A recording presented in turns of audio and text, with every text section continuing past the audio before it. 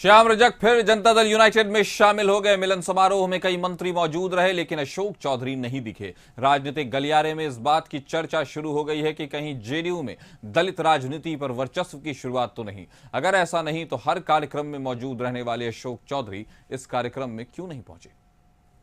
मंत्री अशोक चौधरी एक ऐसा नाम जो नीतीश कुमार के बेहद करीबी नेताओं में गिने जाते हैं।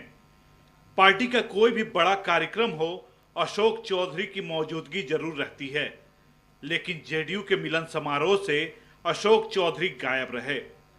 सवाल उठता है, आखिर एसपी के राष्ट्रीय प्रवक्ता राजीव रंजन इसमें किसी राजनीति से इंकार करते हैं, तो पार्टी के प्रदेश अध्यक्ष उमेश कुशवाहा ने भरोसा दिलाया कि पार्टी श्याम रजक के मान सम्मान का ख्याल रखेगी। हम तो इतना ही कहेंगे इस अवसर पर, और मैं खासकर मैं पूरा विश्वास दिलाता हूं इनके तमाम कार्यकर्ताओं को और इनके ये जो साथी आज ये जनता दल यूनाइटेड पार्टी की सदस्यता ग्रहण कर रहे हैं, उनके मान सम्मान स्थान का पार्टी पूरा ख्याल रखेगी।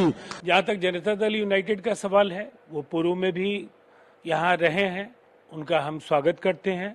और निसंदेह जनता दल यूनाइटेड एक बड़ी पार्टी है। हम 20 वर्षों से बिहार में सत्ता में हैं।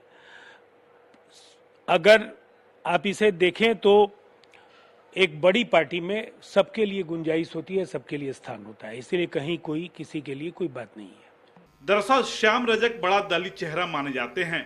श्याम रजक की घर वापसी से ये माना जा रहा है कि जेडीयू को एक बड़ा दलित चेहरा मिल गया है। सियासी गलियारे में चर्चा हो रही है कि क्या श्याम रजक दूसरे दलित नेता अशोक चौधरी को रिप्लेस कर देंगे। कांग्रेस नेता शकील अहमद खान इशारों में कहते हैं कि क्या अशोक चौधरी भी घर वापसी करेंगे। दिनों से देख रहे हैं कौन कहां जा रहा है, कहां नहीं जा रहा है। अब पता नहीं अशोक चौधरी घर वापसी करेंगे क्या? कौन घर वापसी करेगा, कौन घर से वापस जाएगा, पता नहीं चलता।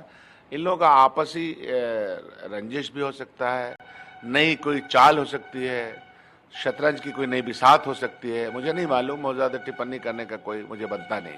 श्याम रजक की घर वापसी समारोह को भव्य बनाने के लिए पार्टी ने काफी तैयारी की थी।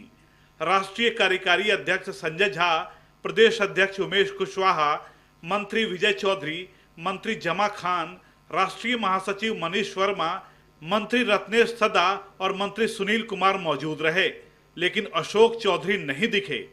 आरजेडी ने दावा किया है कि जेडीयू में भादों के बाद भगदड़ मचने वाली है, तो बीजेपी जेडीयू में दलित चेहरे के बीच वर्चस्व की बात पर खुलकर कुछ भी बोलने से बचती नजर आती है। जेडीयू बहुत बुरे दौर से गुजर रही है और समाप्ति की ओर है, और भादों बाद जेडीयू में भगदड़ मचने वाला है।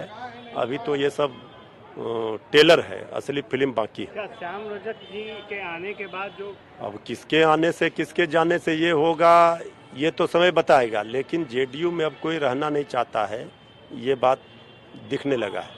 जो पार्टी ये जानती है कि हमको सभी समाज को लेके चलना है, उसके पास समाज के कई नेता भी होते हैं, तो उससे सब लोगों का समझ होना है।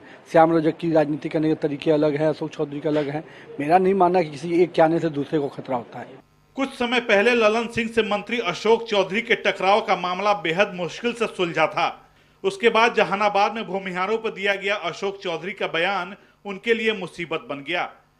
अब श्याम रजक की जेडीयू में हुई एंट्री और मिलन समारोह से अशोक चौधरी की गैर मौजूदगी सियासी गलियारे में चर्चा का विषय बना हुआ है। आशुतोष चंद्रा, कशिश न्यूज, पटना।